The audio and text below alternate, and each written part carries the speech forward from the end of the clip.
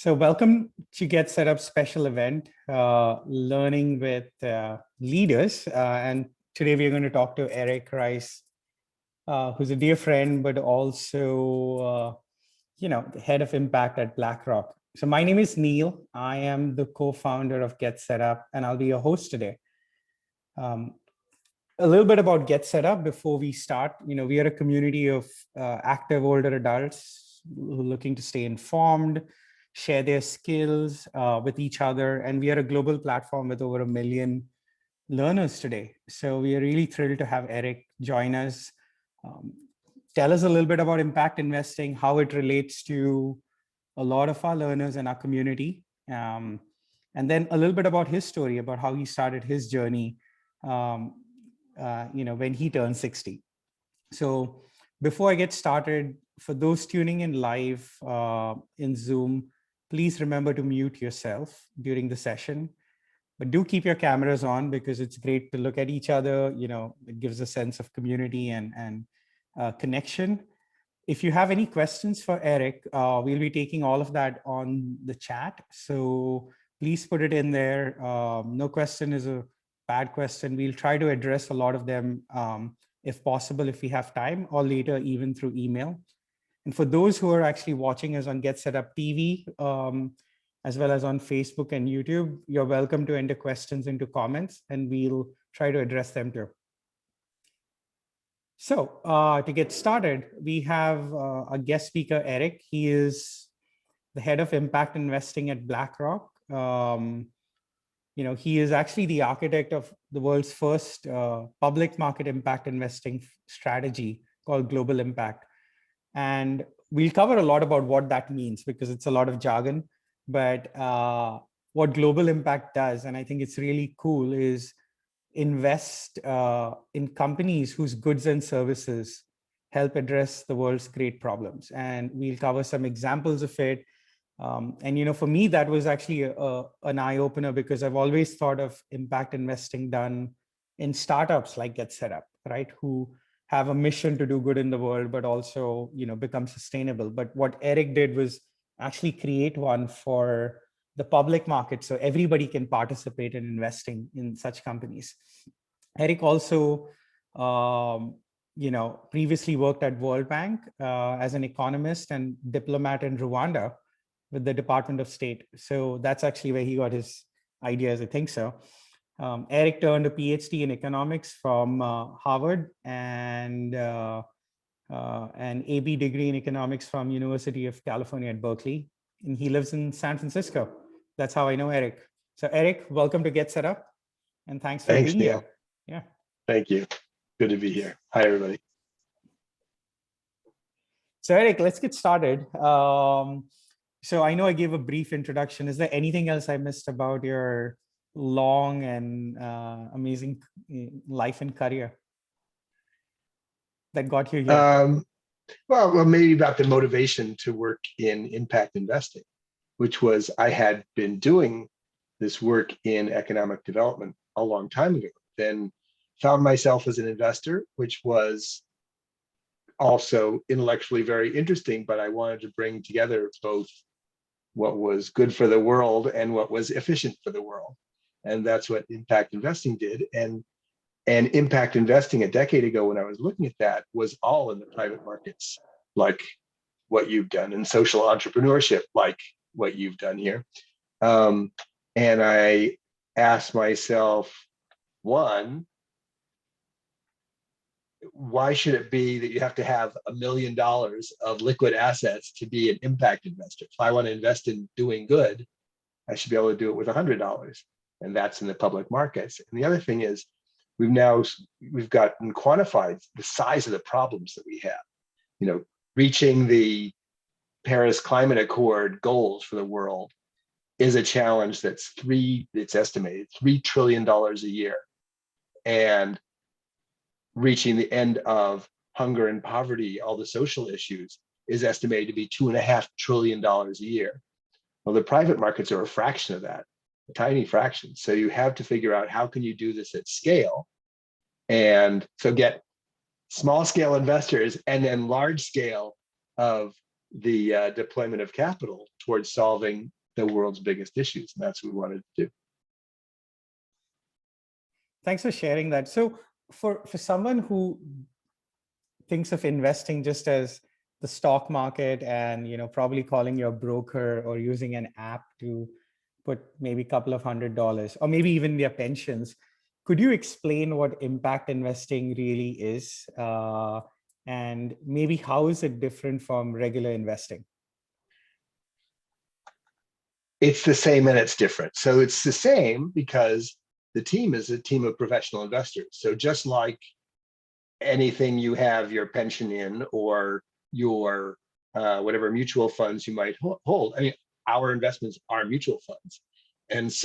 And our investors, the team that I lead, is a team that was trained to be conventional investors. But what we do is in the same way as you might have a fund that invests only in smaller companies or in companies in Europe.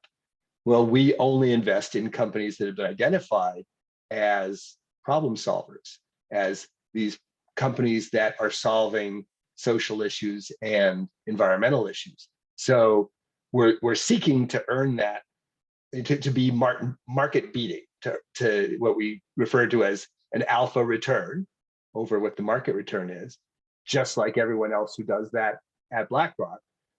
But it's a certain unusual set of companies that are the public health companies or the affordable housing companies or the financial inclusion companies or pollution companies. It's just a different set that we invest from. And there's plenty of profitability there and plenty of diversification across all of these. So it's actually mostly similar. But if you look at what our portfolio looks like, if you open the prospectus or your annual report, if you hold our thing, you say, oh, wow, that's really different. People like to show it to their kids to say, this is something different that we're doing with our family's money. Oh, cool. Could you share, Eric, maybe examples of companies or stories of founders that you have invested in that do this, maybe a couple of examples of that? Sure. So it's all over the map.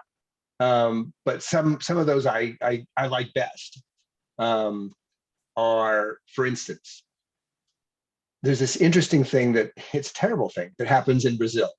In Brazil, there's a free university system, excellent public university system, but you have to test into it.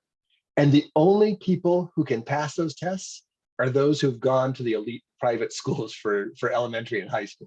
So nobody middle class would get into them, to that free education. And therefore, a private university system has emerged that's very low cost, that's geared to especially people who are already in the workforce, especially to women, especially to lower income people, so they too can get those vocational education and academic education. And they're profitable, but they offer an education at what looks like a pittance to us in the US. There's so many interesting stories. There's a company that looks at the fact that in Japan, there are small towns all over the country that are depopulating. So kind of ask the question, well, how do you stop these towns from collapsing?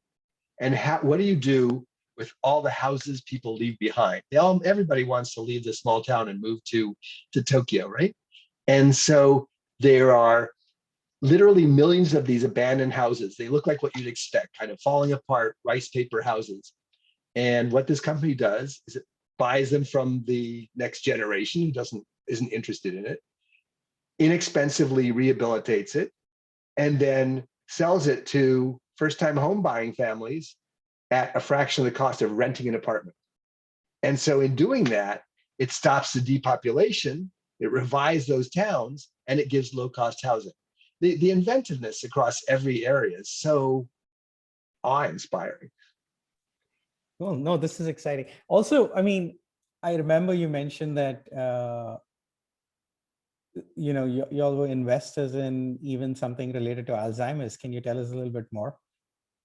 Well, this week it was very exciting. The story that many of us were paying attention to this week was the breakthrough drug that a number of companies, I mean, a small number of companies were involved in collaboratively, and one of them is ours. And so it was a profitable outcome for the fund, but also a really inspiring moment when you realize you could get that kind of breakthrough that's been so elusive for decades.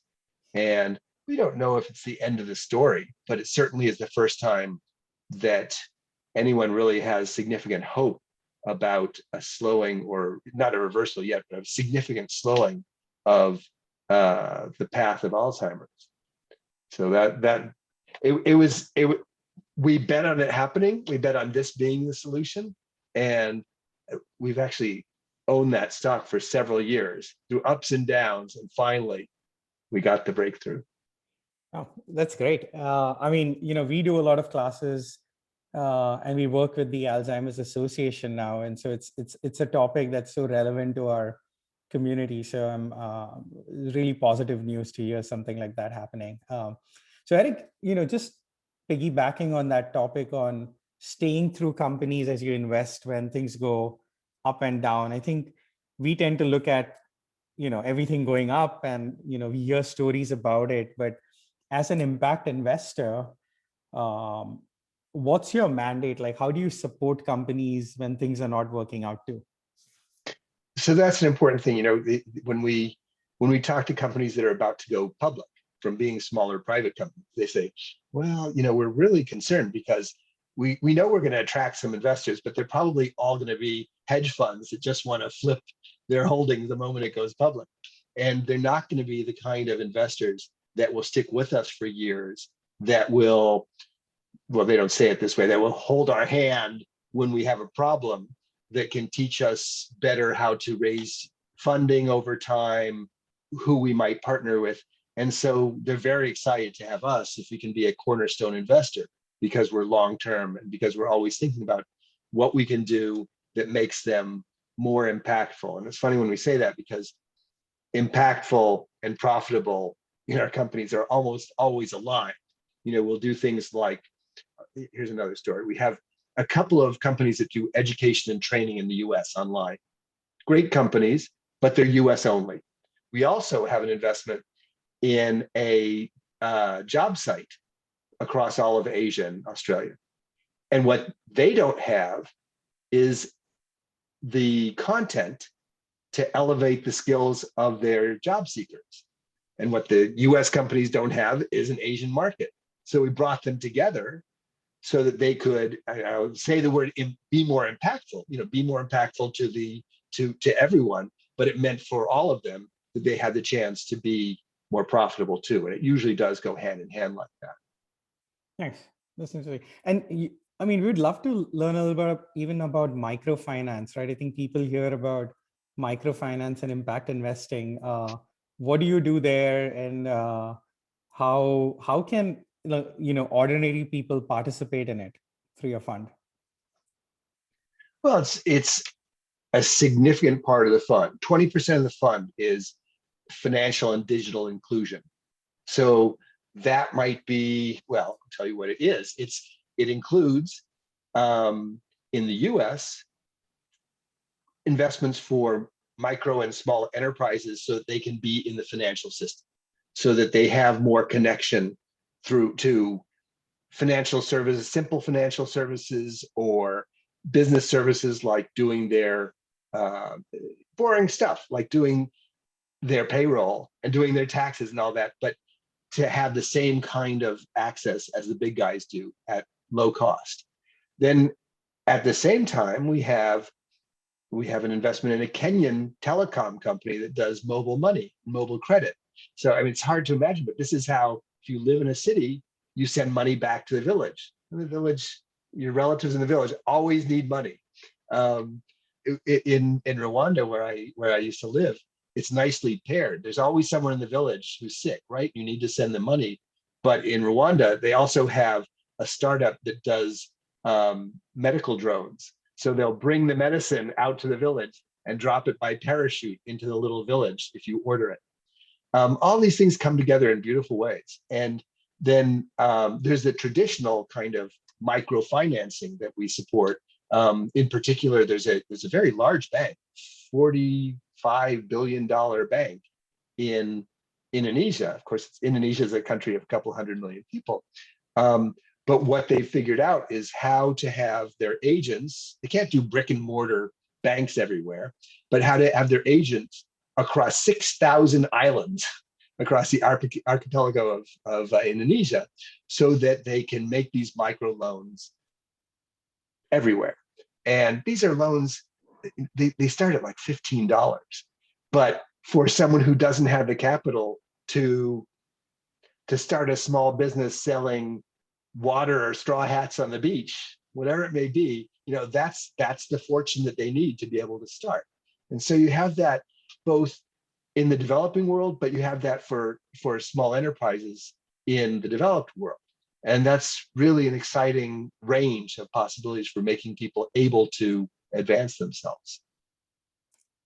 Oh, thanks for sharing that. These are really cool stories. I know I mean, this kind of inspired me to start GetSetup too. But Eric, for a lot of people, how do they participate in it, right? Because like you said, usually investors with a couple of $1 million or do it. So how have you changed that? Like, how have you made investing in these interesting, impactful companies more affordable and accessible to anybody in the market today?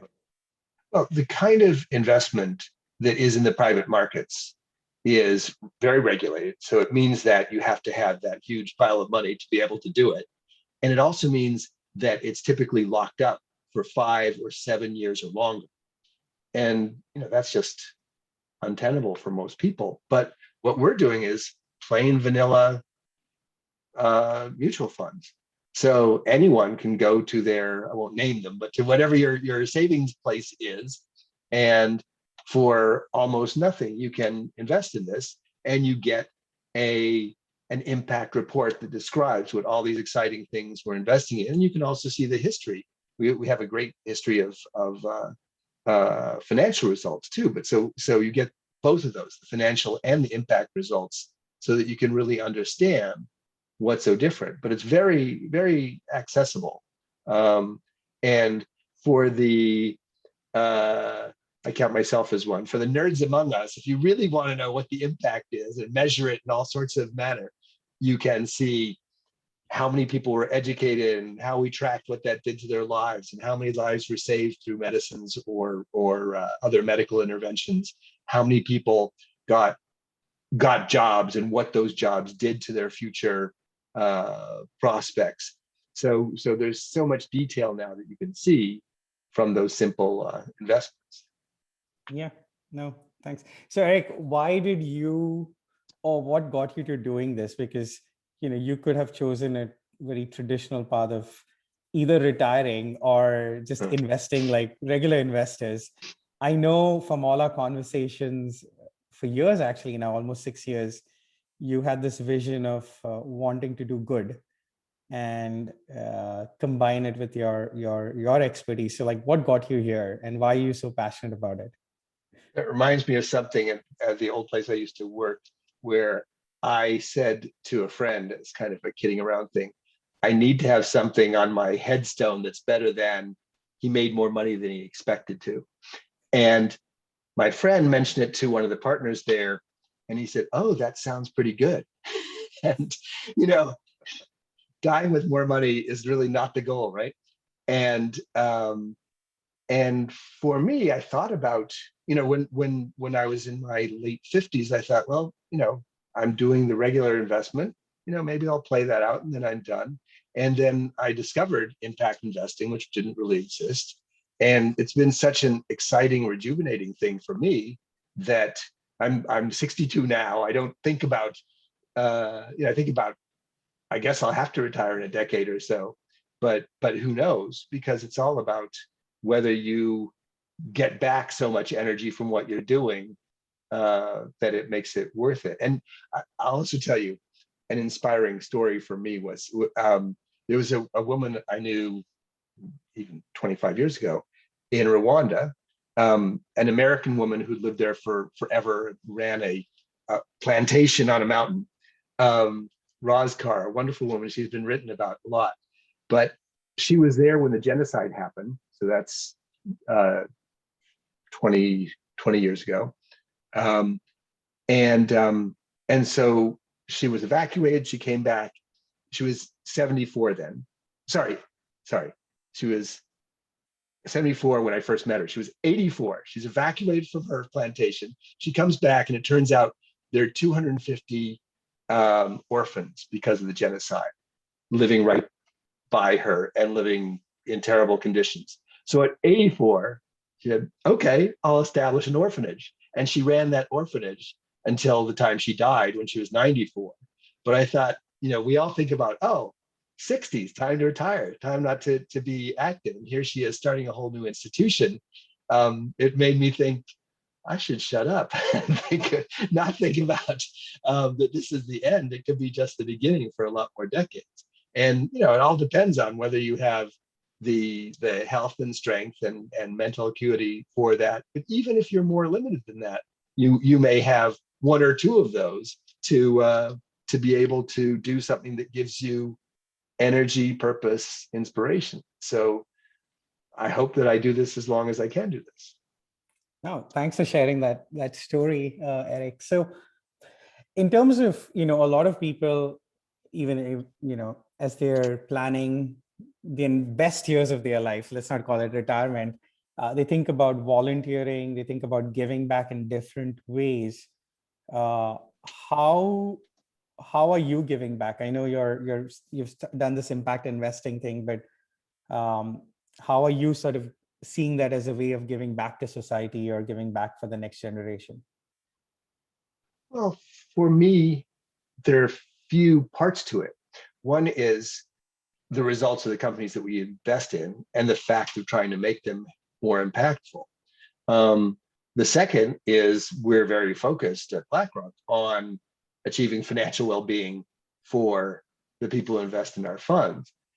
And I'd say the third thing that really moves me is how many, especially younger people in their 20s, 30s, even 40s, say, I want to be an impact investor. I mean, it's the sort of hottest topic around investment, that young people want to figure out how they can have a career and purpose. We have a 25-year-old on my team.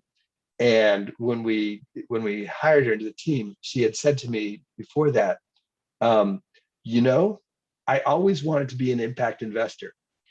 And I really laughed because at 25, since she was a sentient human being, there was impact investing. So she could actually say, honestly, I always wanted to be an impact investor. When I was 20, it didn't exist. It took a couple more decades. I could never have hoped for something like this. I did development economics, which was sort of a proto version of that. But this is an exciting thing, and mentoring these people for a career in something that didn't exist before is thrilling to me. Nice, nice. So with you spoke a little bit about your clients, and I'm assuming that everybody in the world can participate in BlackRock's impact fund, but global impact fund. But can you tell us a little bit more about who your clients are typically, right? Who cares about impact? Is it more younger millennials? Is it big institutions? Like, So investing is mostly institutional, but so we have lots of foundations, we have lots of school endowments, but and we have lots um, of insurance companies. And the reason I mention that in particular is because the other thing we have, and it comes from the same purpose, is we have lots of retirement funds, because insurance companies like retirement funds have to think really long term. We're long term investors. Many of our investments won't play out for several years. So the fact of that long termism is really a great match to what people are thinking about. I'm saving for my retirement, for those decades of retirement. I'm an insurance company. I have to have our reserves that will be there when needed decades from now. So it's really anyone who has more of a long-term mindset.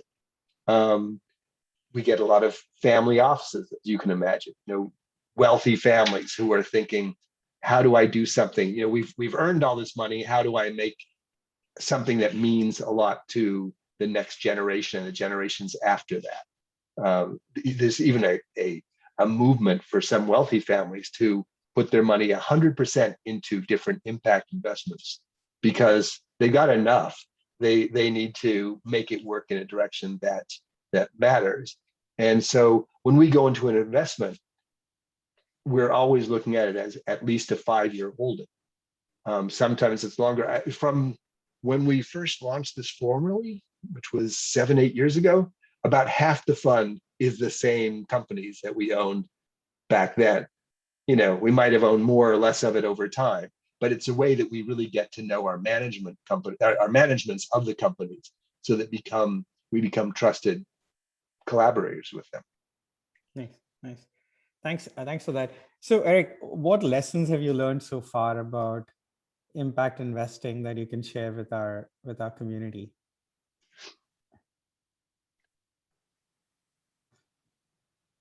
Well, maybe let me frame it this way. What are, this is a buzzword today, like what is real impact investing and, what they should not do?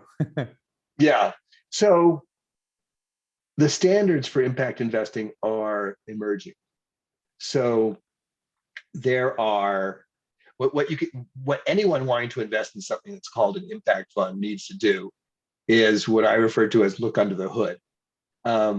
And that means not just what is published, but you should be able to get all of the holdings. And what you'll see sometimes, you'll see top 10 lists. And the top 10 looks kind of good, like the companies I talked about. And then you look underneath, and they have credit card companies, and they have chocolate makers. I mean, they'll say, we own this chocolate maker because they're producing food, and food's important, right?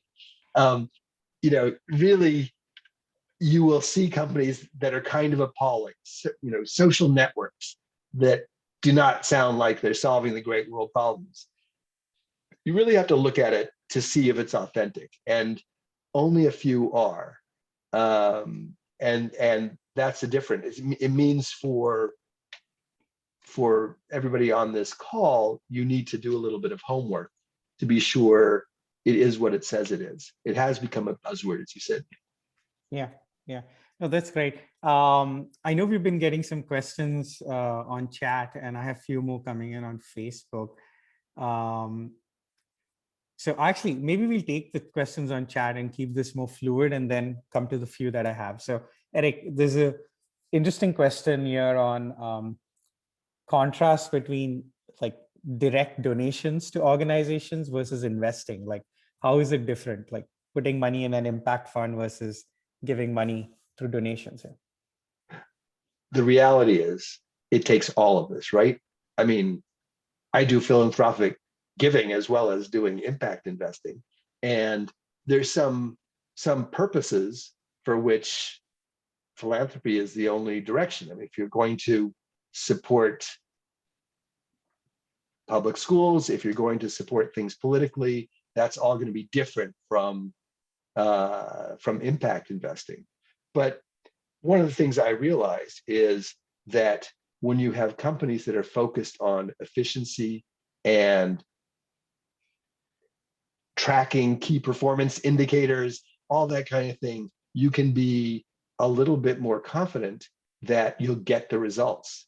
I mean, all too often, there are measures of which philanthropies are efficient. And I encourage everybody similarly to look under the hood when you give donations. But this is a discipline that is more efficient for a lot of purposes. What I do is I give money for things where the private markets don't really work. If you wanted to give money to the absolute poorest people to get them water, that might not be a market proposition. The real base of the pyramid sometimes is not a market proposition. Although you all on the call should know that Neil created an education program for some of the poorest of the poor in India who were able, because there was no education system, of course they had to pay for education, and happily, like some of the things I was speaking about, it's offered at a really low cost that even a poor person in India can afford. So there, I think what we've learned over the last 10, 15 years is that private players can be inventive and take care of so much of the world's problems, leaving the absolute hard to reach problems for multilateral banks and development agencies and philanthropy and all that. So it's great to give charity where charity is the only thing that is the answer, I think. Yeah, that's a good point, Eric, because I think of a lot of now companies that probably would have been charities in the past. This is for Alan who asked this question, but they would have set up as a nonprofit, and they still have overheads of running the operations and actually doing good because they have certain goals. And we've found that, at least in the last couple of years, that organizations have tried to solve the same problem but run more efficiently. And so sometimes it's actually better to invest in those companies, because you at least know that they are running it efficiently, they are tracking their performance. And so it's actually, the lines are getting even more blurred, but for some causes it's really hard to um, you know invest in a company because there are no companies solving those problems, right? So I think in a way, if you want to leave a legacy behind with clean energy or with affordable housing, you may be better off giving it to a company it's probably well run and that is actually hitting those goals, as well as being sustainable, so they don't have to depend on your donation dollars when they dry up. I'll tell you a story that was insightful to me. I thought, and it's an evolution. People are learning about how the private sector can do this.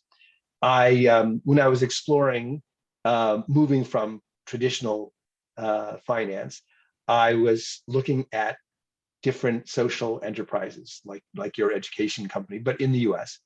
And I went to an open house of one here in the Bay Area. And what they do is they work with Stanford to create very low cost incubators for clinics around the world. So they sell this incubator at 1/10 the cost of a conventional incubator, making access really much greater. And they were going through their spiel and they explained, I thought they were going to tell me how many thousands or hundreds of thousands they produce. And they said, we make 100 and something a year. I said, what? Why? This is a wonderful thing. Why don't you produce more? It's 1/10 the cost. Why don't you produce more and change the world? And they said, well, we don't make enough to cover our costs. We need to raise money to be able to sell these. And I said, if you sold it at 1/7 the cost, all those clinics would be happy as anything to receive it. And you could cover your costs and you could do it like a business. But they were sort of stuck in between this charity idea and a commercial idea. And I think that's what 10 years ago looked like. But today people get that that both with digitization and the internet and all the advances we've made, there are so many ways that you can do both things, that it can be a real enterprise that solves these problems, but runs efficiently and profitably. No, that's really true. We had a question from Matt Greenfield, who's also an investor.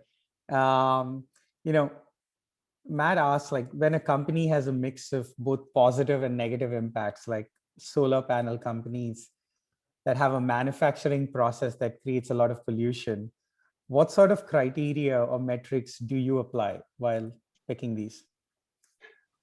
So I mentioned that there's standards that are developing, and happily, there are a couple of structures that are becoming globally accepted for what we call managing or measuring impact. And what they include there is net impact. So it's always, that's included in the risk of the proposition. So you look at what they're doing, who it's for, how big is that impact, and what's the downside.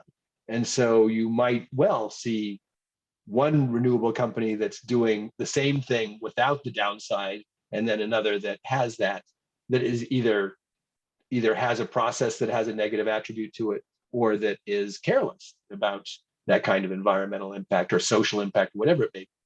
And so if you, now that we can measure it correctly, you can have an apples to apples comparison between two solutions. And we track all of that, and we report on all of that annually. Nice, nice. Thanks. So Diana had a question around, I think way back in our conversation, that this sounded like Grameen Bank, right? Some of your investments, microfinance. So beyond impact, what's the financial return that people get if they invest in your fund? I know last year was a great year, or this year was a great year, but what can people expect? Or can you give us some examples of numbers or returns that people see? Well, last year was something like a 70% return. We beat the market by like 20 something percent. We don't do that usually. Um, we're designed to beat the markets by about 4%. That's what we're structured for. And it's funny, we don't invest in Grameen Bank, which is not really the same kind of commercial offering, but they have something we have invested in the past in, is Grameen Phone, which is a collaboration between Grameen Bank and a European telecom company. And what they do, it's kind of like what I described about the microfinance, but they're committed to access to telecom services and data and all. And the way they did it is they have what they call the phone ladies. They provide a small income for women. In the developing world, it's often that you can only trust the women to to handle money and to do business.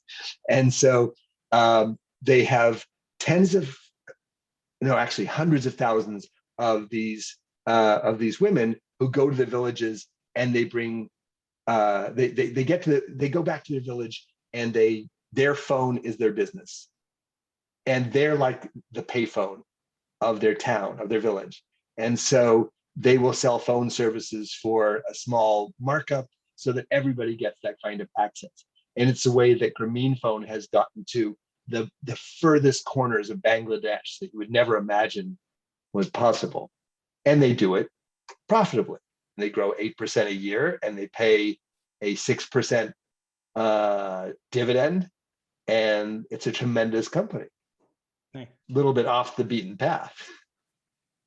Yeah, these companies sound really interesting, right? Because most of us, including me, I'd never heard of, first of all, these companies. Second, just how I could invest in them, because they seem to be both offering a great return. I mean, much safer return than a lot of tech companies here in the Bay Area, but also quite measurable good in the world. So for a lot of our audience here, and who probably will watch this later, what are some very practical steps that they can take to, if they're interested in investing in something like this? Like, how does one go about doing it? Like, who do I call? Where do I go search? Like, how does this work?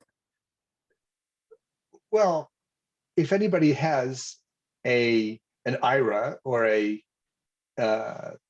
or savings in a brokerage, you can ask them about what impact investment options they have.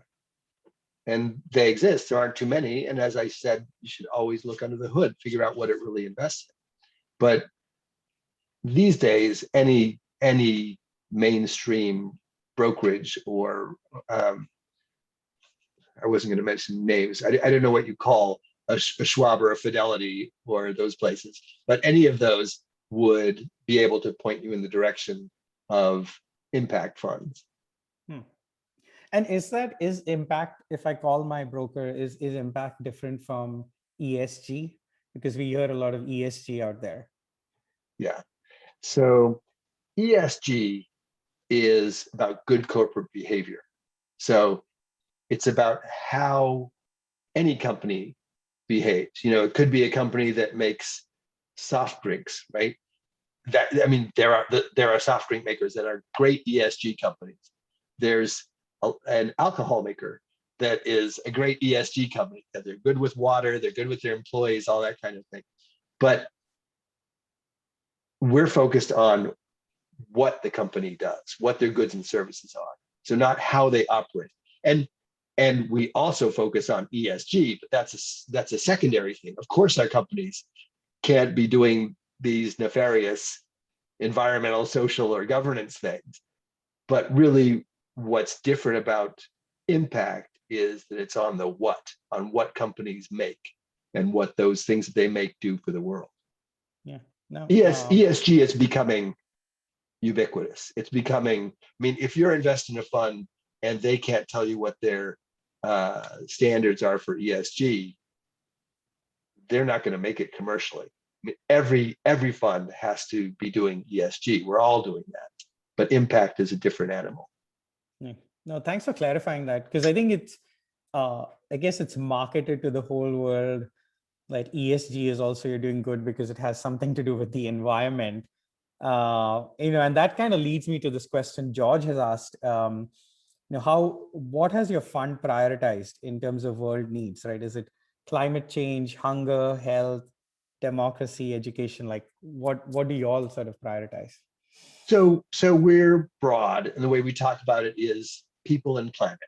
So on the environmental side, on the planet side, we're not particularly worried about whose needs we're meeting.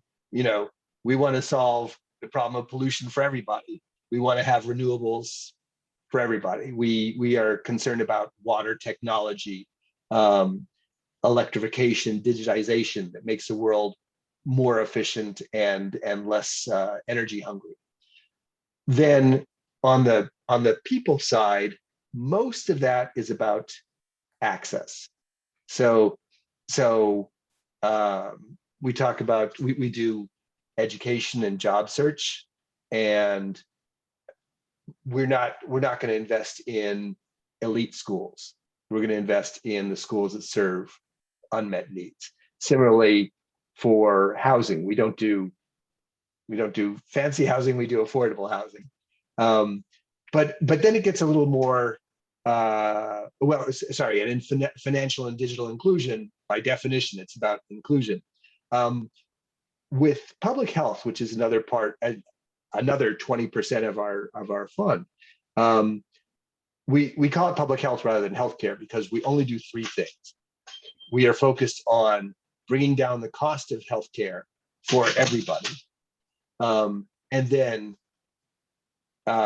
bringing new public health solutions for everybody, and then finally bringing access to underserved. So it's more of a mixed story, but that's what we focused on primarily, and those are really shorthand descriptions, but it's quite broad.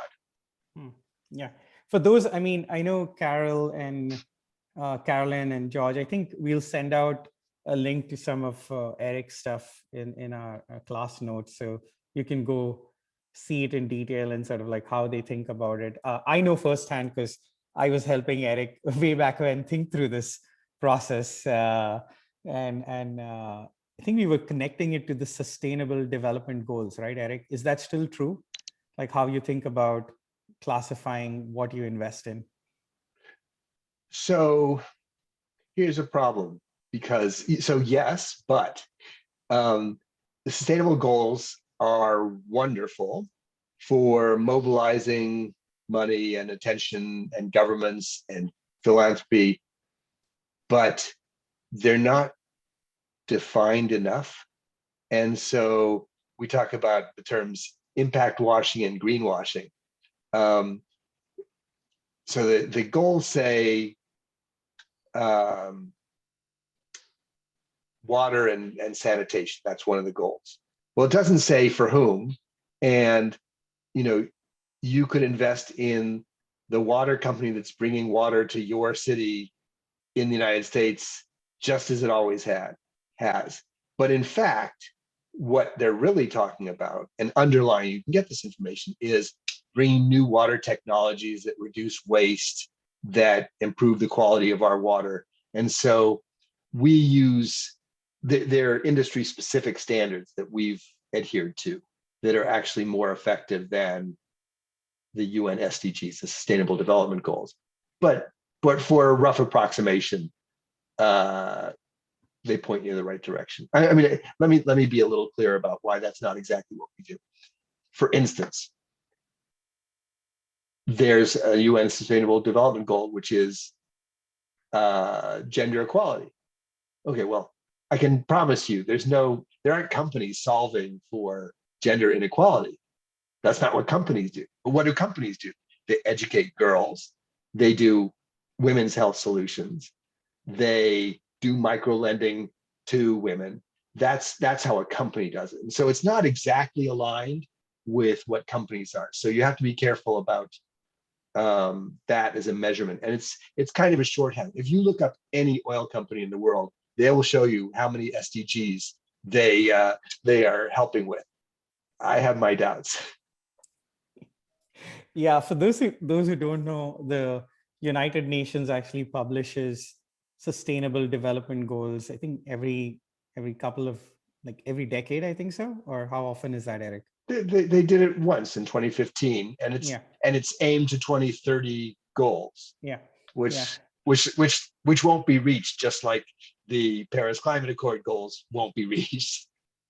But yeah. it's an inspiration. It's a way of focusing. Yeah, and I think those goals, I remember even when I was doing like early childhood education, that those goals kind of like help, philanthropies, whether it's investments. A lot of people sort of align with this vision of what we want to achieve.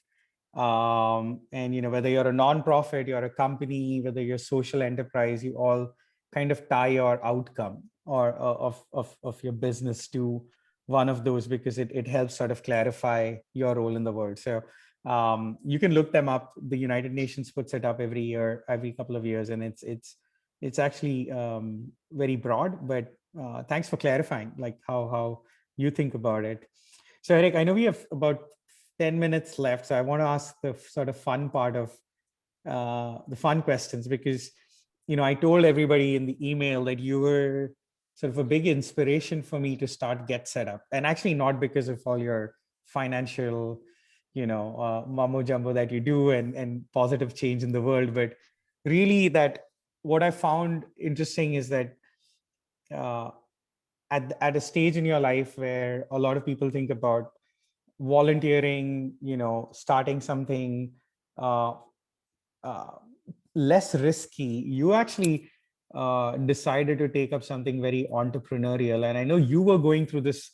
I think it took you a year or two to figure out what you want to do next and how you want to do next. So, what lessons did you learn by making this big change? And like, how did you get to this point, right? Like, what helped you get to this clarity of defining your next best phase of your life?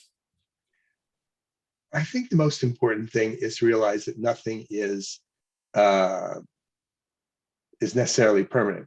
That you should test things. And so that's like when I talk about meeting with the social enterprises, trying to figure out if that was for me. There were a number of them, and I learned a lot along the way. And I thought about many different processes. There's a great book that was helpful to me, which is called Designing Your Life, which is a book with exercises in it to figure out what you really want from life, what you really want from your career. It was mind opening for me. And you realize that nothing's irreversible. Go try something or think hard about what you want to do and go through different iterations, tweak it a little bit. And that's where I got to this. And the other thing for me is in thinking about doing something good for the world, this is not to knock volunteering at a soup kitchen, but I'm not a chef. Um, you know, it's great to find the thing you can do that is not just something that everyone can do, but something that you have some skill in. So if you're a teacher, then you might think about how you can tutor or teach.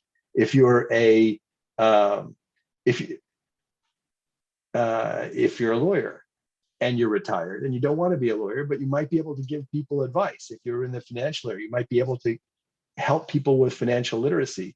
How wonderful it is to bring both of those things together so that your philanthropic work is that much more elevated and impactful. Nice. No, and I think that was kind of why, for me, that was inspiring, because I always looked at you and said, oh, there's just so many more people who are much cooler. They have so much more wisdom, knowledge, and life experience.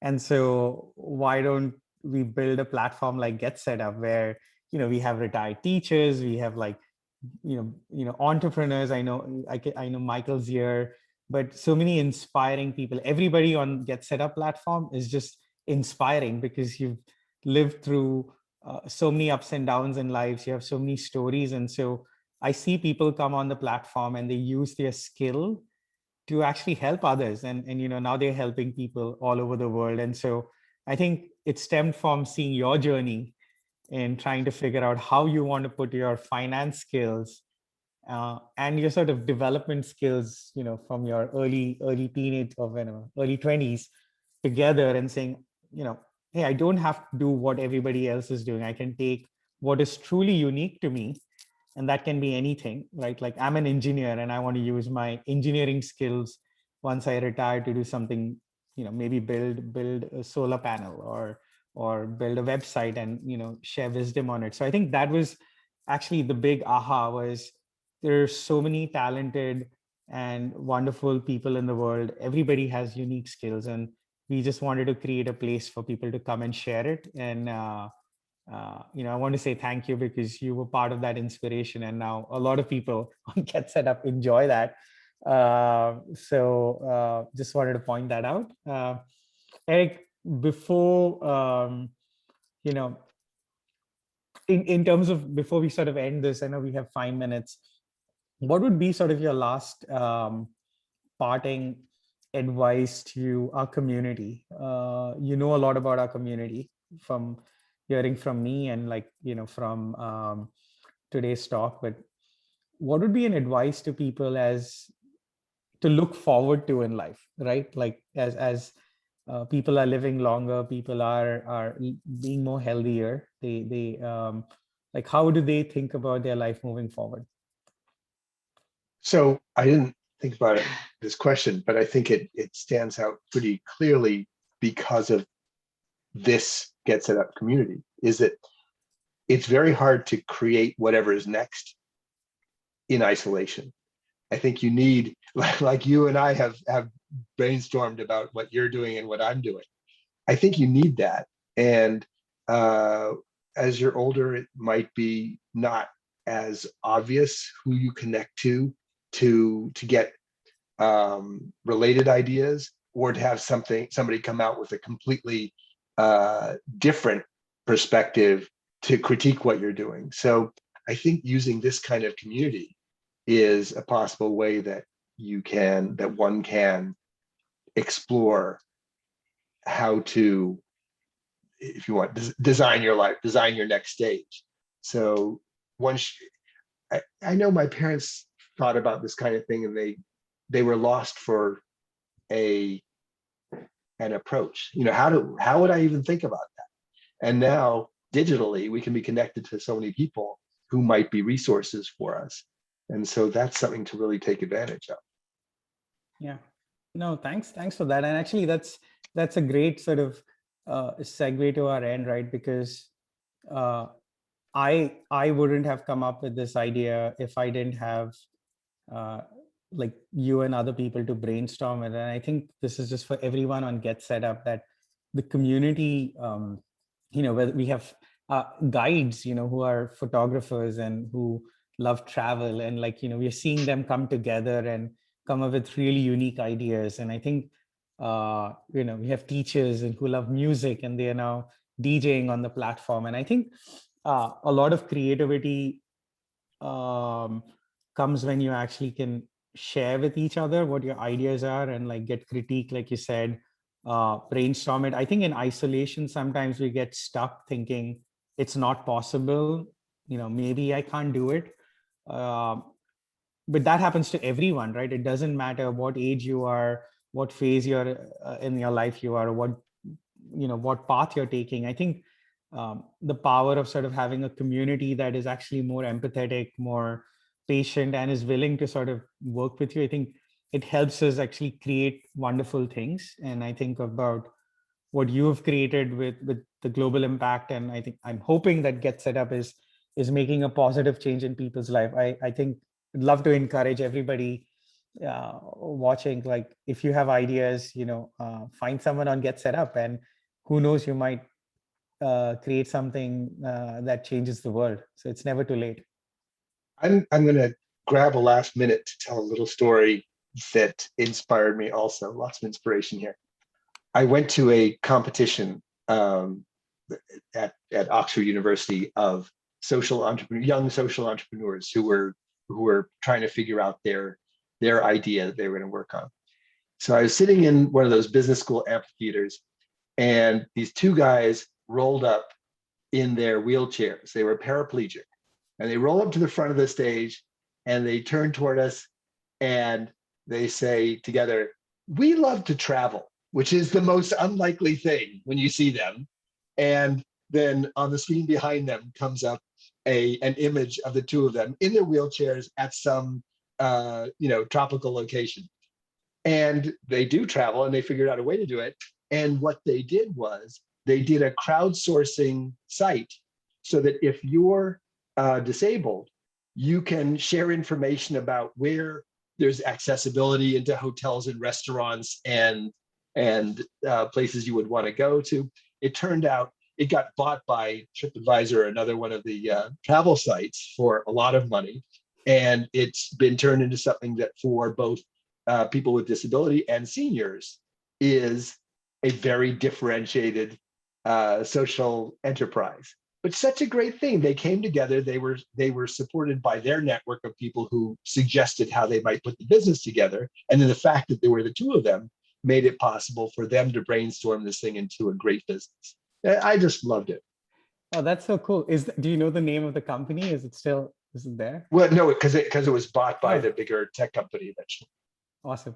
No, this is a really great end, and a lovely story, because I do think that there's just so many opportunities for in this space to solve, and I think seniors have all the wisdom and insights to solve it. Nobody else can. So I think this is a great end to our conversation, Eric. Thank you for giving your time, and I'm sure people enjoyed learning a little bit about impact investing and probably getting inspired by your journey. So thank you again. And for everyone who participated, welcome to our community. If this is your first time here, but if you're a regular, um, you know, I'm sure all of you have amazing talents. I think that, I've said this before, um, our community is growing. We have amazing speakers. We have ambassadors. We have guides come from different walks of life, and they teach classes. They host social hours. And we encourage you. I mean, if you have a skill, you have a talent, please come on.